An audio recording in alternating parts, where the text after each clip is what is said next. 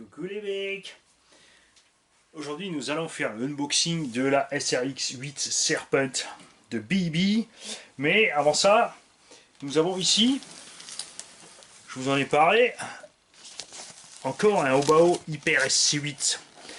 Et alors je vous parle, vous n'aurez peut-être pas eu la vidéo, vous l'aurez vu, à un moment je me fends la gueule parce que je vous dis qu'il y a du bruit, il y a un passager à bord de ce carton. Et ce qui faisait du bruit depuis une semaine à bord de ce carton, c'est une cétoine. C'est rien, il est en train de râler parce que vous êtes trop près et que vous faites peur avec votre haleine de chacal. Alors on va laisser le petit tranquille, on va le mettre quelque part dans une plante. Hein, tu vois, il est encore bien vivant.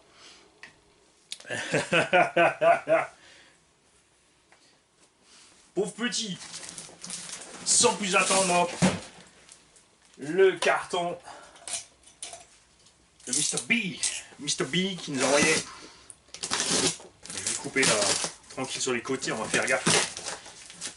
La Serpent SRX 8. Mr. B est un thermiste. Il a un SRX 8 thermique. Et il a envie de passer au brushless. Je vais donc proposer simplement de changer de buggy, de modifier son buggy thermique en électro, mais Serpent ne fait pas de kit de conversion, il ne faut qu'un kit de conversion pour passer d'une à deux batteries. Sinon tu es bon pour acheter le châssis, etc. et tout ce qui va avec. J'ai ici reçu tout ce qu'il faut. Nous avons un petit chargeur Coralie Race 60, qui n'est rien d'autre qu'un Sky RC D60, qu'un Zim RC Z60. Tu as noté la différence. Coralie Race 60, D60 chez Sky RC, le fabricant d'origine, et Z60 chez Zim, existe aussi chez RC System, sous je sais pas quoi 60. Un chargeur qui va de 2 à 4S, même de 1S, c'est-à-dire de 1 à 4S. Simple, efficace, que lui demander de plus. Un mini, non, NiMH Lipo 50 watts AC chargeur. Alors ça, par contre, un chargeur auto, tu mets 2 ou 1S ou 3 de 1S, donc de 1 à 3S. Et c'est tout. Il n'y a pas de bouton on-off, il n'y a rien. Il n'y a pas d'indication de puissance. Si. Charge 1, 3 ou 5 ampères, quand même. Ah oui. Alors là, tu as un petit interrupteur lipo, lifer, lithium, nickel, cadmium, NiMH, et un petit interrupteur de 1 à 5. 5 ampères par le port d'équilibrage, ça c'est un peu balèze quand même. C'est vrai que le Radiolink là-bas il monte à 6. Mais ça chauffe un peu sur les petits câbles quand même, hein, se méfier. Par contre sur 1, ça c'est un petit truc qui va marcher à merveille. Tu branches ta 2 ou ta 3S. Il n'y a pas d'interrupteur on-off, il n'y a rien, donc le machin il est branché en permanence. Je suis pas fan, je comprends pas pourquoi il s'obstine sur ces chargeurs à ne pas faire d'interrupteur. Donc là il est branché tout le temps. Tu branches ta batterie, il charge. Faut que je fasse gaffe parce que j'ai posé la pauvre cétoine sur l'établi là-bas. Tout à l'heure tu vas voir que je vais aller l'enterrer sous une montagne de pièces. On a de la pièce en rab de SRX 8. Un morteau qui sont superbes, qui ont un débattement d'ailleurs conséquent. C'est ça, ça c'est les amorteaux du buggy ça ou du truggy. Donc Mr. B, on compte sur toi pour nous dire ça. Ça me paraît vachement long pour des amorteaux arrière de truggy ça, de buggy. Et ça serait les avant. Alors moi j'ai l'impression que ce sont des amorteaux de truggy. Après, à toi de me dire si c'est du buggy ou du truggy. En tout cas, si ça vient du buggy, je suis étonné de leur longueur. Corne de cerveau alu, quelques petites plaques en carbone, des pignons d'origine Serpent. Le petit salopio, il a mangé les bonbons. En fait, c'est ça. Hein, tu as mis ça sur la liste de courses à ta chérie, tu lui as dit tiens, chope-moi des bonbons, c'est pour mamie. Vite fait, t'as tout graillé, et puis hop, tiens, je te mets les pièces vides dedans. Les pièces dans la boîte vide. Mais non, il est sympa quand même. Il nous en a laissé une boîte en plus. Ouais, bah oui, j'essaye. Bah ouais, j'en ai envie. Et là, t'as Obi qui est en train de faire des bombes dans son téléphone. Parce que Mani, il est encore en train de bouffer. Voilà. Des pneus Shishmik, neufs. Alors, est-ce que ces pneus, des mystiques, est-ce que ça se roule sur quoi? Est-ce que c'est du pneu pour la terre fine? Est-ce que c'est pour la moquette? Est-ce que c'est pour le revêtement des salles de sport? Merci de nous dire à quoi ça sert. C'est vrai. Évidemment, je suis un peu curieux quand même. Alors attends, on va faire un peu de place. Radio Vario moteur. Ok. Donc les pneus. Oh, c'est peut-être une drôle de lipo. Et la machine. Bah tiens, moi je demande si les amortos viennent du truggy, du buggy. Mani, t'es un couillon, t'as la réponse là-dedans. Alors d'abord il était parti sur un neuf et finalement il a trouvé une super occasion, enfin d'après les photos. Ça avait l'air pas mal du tout. Prix quand même de la bestiole neuve, 630 €. Pour un châssis à poil, aïe!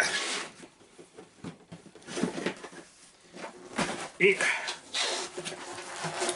à l'intérieur donc, la réponse, les amortos qu'on a là-bas sont ceux qui vont là-dessus. Le SRX8 a donc des amortos absolument géants.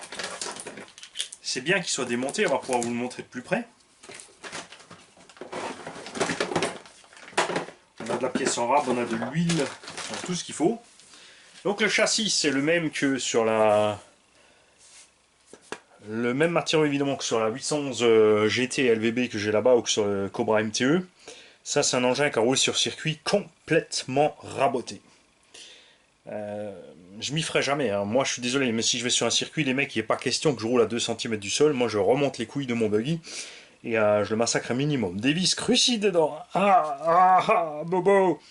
Il a déjà reçu le kit de conversion de bac. Bah, du coup, c'est un SRX8 ou c'est un 811? C'est bien écrit SRX8. Donc le SRX8 avait normalement donc, le moteur d'un côté vers là. C'est vraiment bizarre. Donc en fait, quand tu reçois le kit de conversion, tout est modifié. C'est marrant. Donc déjà, on a des énormes coups de fraise qui ont été mis dans le châssis d'origine par Serpent pour alléger un max. Et normalement, le SRX8 a le moteur ici, le diff là, la batterie de ce côté, et Vario machin ensemble. Je trouve que c'est super bien équilibré le SRX8. Le 811 à la base. Ce qui manquait sur le 811, c'était le fait qu'on était coincé avec un moteur de 68 mm maximum. Dans un buggy qui a vite 3,8 kg, 4 kg, moi je préfère rouler avec des 74, c'est clair.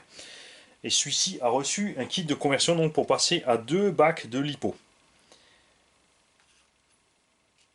Donc en fait on revient au vieux 811. Pour ce qui est du châssis ou du layout. On a par contre sur les trains des grosses différences. On a les triangles qui ont des plaques additionnelles vissées dessous et dessus. Peut-être un peu trop, je trouve, parce que toutes ces petites vis ça pèse. Donc en compète où ils font gaffe au poids, je suis pas tout à fait pour ce genre de choses. De plus, là tu tapes les vis, elles se remplissent de terre, ça devient indémontable, t'es bon pour les couper à chaque fois. C'est déjà, au moins ça devrait être des vis fraisées pour qu'elles ne dépassent pas. Là en plus elles dépassent et en plus, bon, après tu me diras, au moins ça permet de pouvoir les couper pour les sortir de là. On a des fusées en alu. 2 points d'ancrage pour le point de pivot. Là d'ailleurs, il y a une couille dans le potage. Ici on est droit. On est donc trou extérieur, trou extérieur. Ici on est trou extérieur, trou intérieur. On a donc une roue qui regarde ouverte. Là mon kiki pour rouler droit, ça devait être bizarre. Le système de bar stab donc qui passe à travers la cellule, point d'ancrage fixe, 2 bagues avec 2 arrêts. Les bagues auraient pu être les bagues d'arrêt. Ça évite tout mouvement de la barre stable, ça fait qu'on passe donc direct, bien sûr, la liaison d'un côté sur l'autre. Ça c'est super bien. des cardans et des angles qui sont très bien pensés, puisque à aucun moment tu as les noix qui tapent au fond. Ici, même, tu vois, niveau, puisque tu as l'amorto qui est monté là, ça va t'empêcher de monter trop de toute façon. Sinon, on aurait déjà la barre qui aurait frotté là. Et du coup, c'est pareil, on a les axes qui ne tapent pas en haut. Les biellettes en alu. Au niveau de l'avance, c'est pareil. Fusée, porte-fusée et chape en alu. Les petites plaquettes carbone, donc c'est un peu dans le style de ce que fait aussi Hot Bodies. Chez Serpent aussi, toujours cette particularité de la barre stable qui est montée avec un petit pion ici vissé dans le triangle, une rotule et une chape, et ensuite la barre stable. Je trouve ça un peu compliqué quand même. C'est beaucoup de pièces pour pas grand chose. Ça marche très bien avec une pauvre biellette. Pas de raison de s'amuser à en faire trop. Ce qu'on constate aussi sur cette machine, puisqu'elle a quand même tourné, n'est-ce pas? Elle a fonctionné, c'est que les noix de cardan sont de très bonne qualité, tout comme les cardans et les axes, regarde. On n'a quasiment pas d'usure. On a des empreintes, mais pas à vraiment dire de l'usure. Ça prouve donc que c'est du bon matos. On a un problème de diff avant Houston. Là-dedans, il y a quelque chose qui ne va pas. Il y a du boulot. Je vais pas checker l'arrière.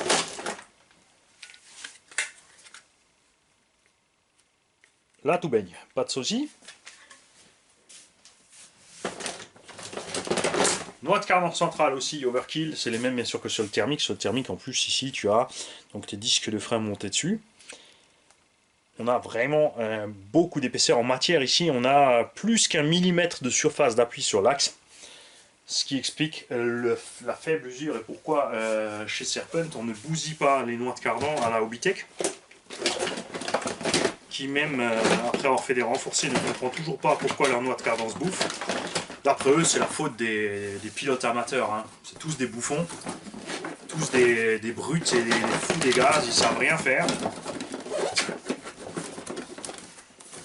C'est connu en compétition. En fait, ils se promènent en 3S pour pas abîmer le matériel.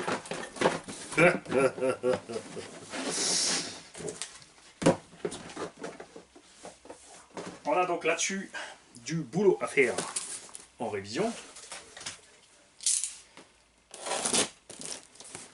Je vais le faire doucement, pas couper un câble.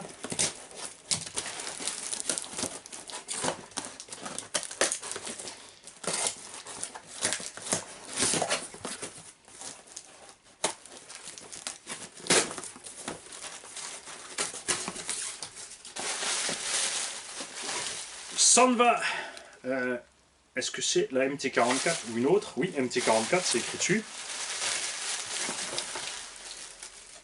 Avec son petit récepteur antenne intégrée. Cerveau SRT.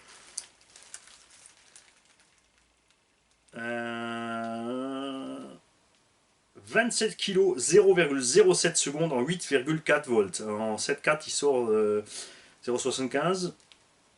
Donc d'après le descriptif il n'est même pas permis en 6 volts.